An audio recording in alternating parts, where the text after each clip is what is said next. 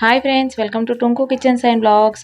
ఈరోజు మన కిచెన్లో పిల్లలకి ఎంతో ఇష్టమైన బిస్కెట్స్ని ఎలా చేసుకోవాలో చూపించబోతున్నాను.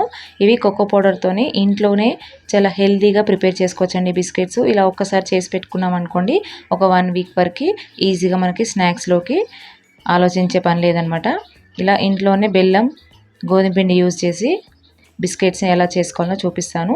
వీడియో మాత్రం స్కిప్ చేయకుండా లాస్ట్ వరకు చూడండి. ఈ బిస్కెట్స్ మనకి చాలా క్రిస్పీగా, క్రంచీగా, సేమ్ మనకు బయట దొరికే బటర్ కుకీస్ లాగానే ఉంటాయి అన్నమాట.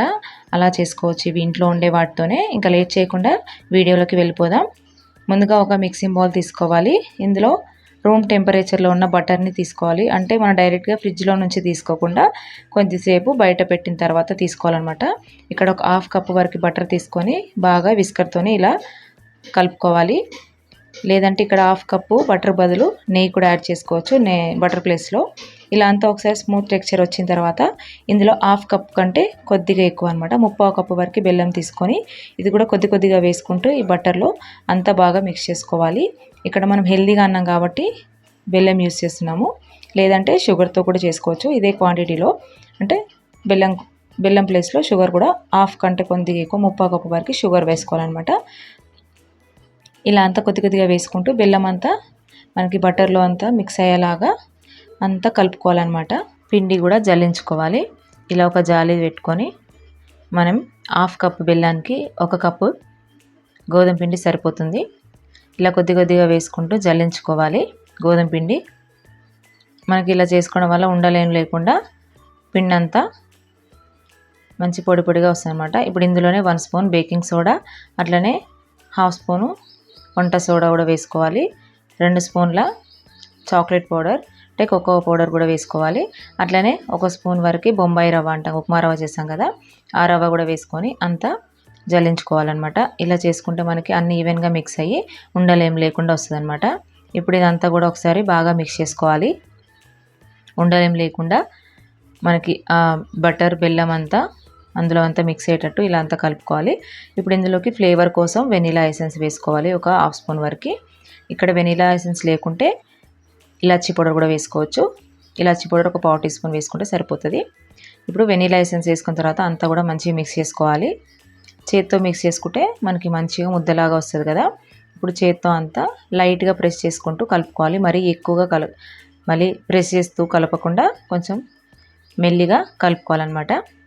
ఇలా మంచిగా ముద్దలాగా రావాలి. ఒకవేళ మీకు అలా కలుపుకునేటప్పుడు ముద్దలాగా ఫామ్ అవ్వకుంటే కొంచెం కాచి చల్లార్చిన పాలైనా పచ్చి పాలైనా కొద్దిగా వేసుకుంటూ ఇలా మంచిగా ఇక్కడ చూపిస్తున్నట్టు కన్సిస్టెన్సీలో ఉండేటట్టు కలుపుకొని పెట్టుకోవాలి. మరీ మెత్తగా ఉండొద్దు. ఇలా అంతా కలుపుకొని కొంచెం ముద్దలు తీసుకొని ఇలా రౌండ్గా చేసుకొని బిస్కెట్ షేప్లో మనం చేసి పెట్టుకోవాలి. లేదంటే మీకు నచ్చిన షేప్లో కూడా చేసుకోవచ్చు. మనకి మోల్డ్స్ కూడా దొరుకుతాయి, బిస్కెట్స్ మోల్డ్స్. అలా అయినా కూడా ఆ కటర్స్తో కూడా కట్ చేసుకోవచ్చు. ఇలా అంతా రౌండ్గా చేసుకొని ఈవెన్గా, మరీ పల్చగా కాకుండా కొంచెం ఇక్కడ చూస్తున్నారు కదా ఈ మందంతో ఉంటే సరిపోతుంది. ఇలా రౌండ్గా మనకి క్రాక్స్ లేకుండా ఇక్కడ చూపిస్తున్నట్టు రౌండ్గా చేసి పెట్టుకోవాలి. అన్నీ ఇలా చేసి పెట్టుకోవాలి ఒకేసారి. చూసారు కదా, ఇలా చేసుకొని మనం కొంచెం పైన వీటికి కొంచెం షుగర్తో కోట్ చేసుకుంటున్నాను.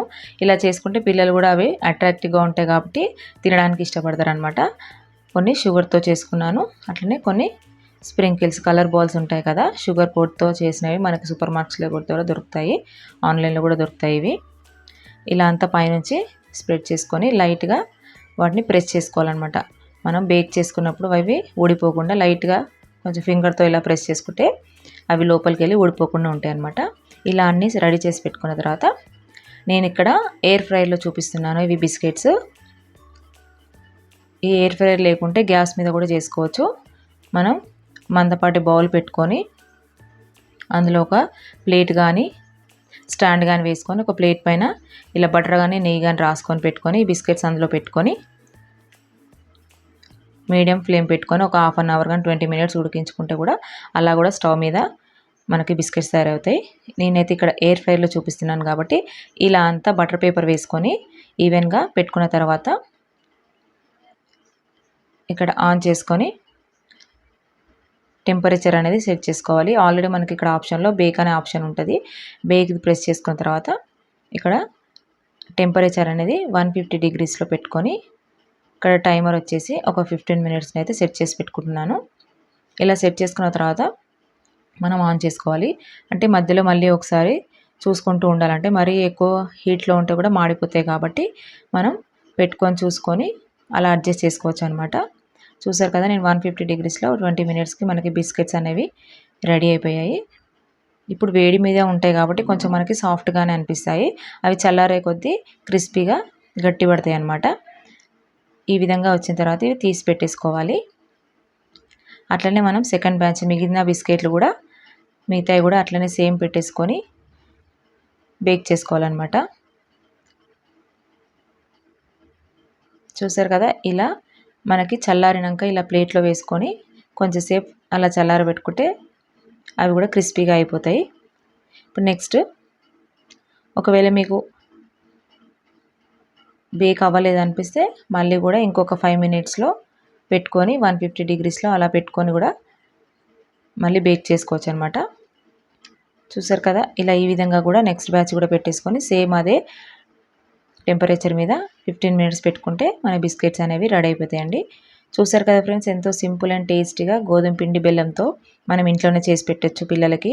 మనకు బయట కొనుక్కొని తెచ్చే పని లేకుండా. తప్పకుండా మీరు కూడా ఇలా ట్రై చేయండి. ఇలా ఎయిర్ ఫ్రైర్లో కాకుండా స్టవ్ మీద కూడా ఈజీగా చేసుకోవచ్చు. నేను చెప్పినట్టు అలా చేస్తే కూడా పర్ఫెక్ట్గా వస్తాయి బిస్కెట్స్. చూసారు కదా, గోధుమ పిండి బెల్లంతో చాలా సింపుల్గా క్రిస్పీగా చేసుకున్నాం బిస్కెట్స్. ఈ వీడియో నచ్చితే తప్పకుండా మీరు కూడా ట్రై చేయండి. చాలా చాలా టేస్టీగా చాలా బాగున్నాయి. పిల్లలకి స్నాక్స్ బాక్స్లోకి అయితే చాలా యూస్ఫుల్గా ఉంటుంది. అట్లనే ఈ వీడియో నచ్చితే తప్పకుండా లైక్ చేసి షేర్ చేయండి. మన ఛానల్ని తప్పకుండా సబ్స్క్రైబ్ చేసుకోండి. Thank you for watching.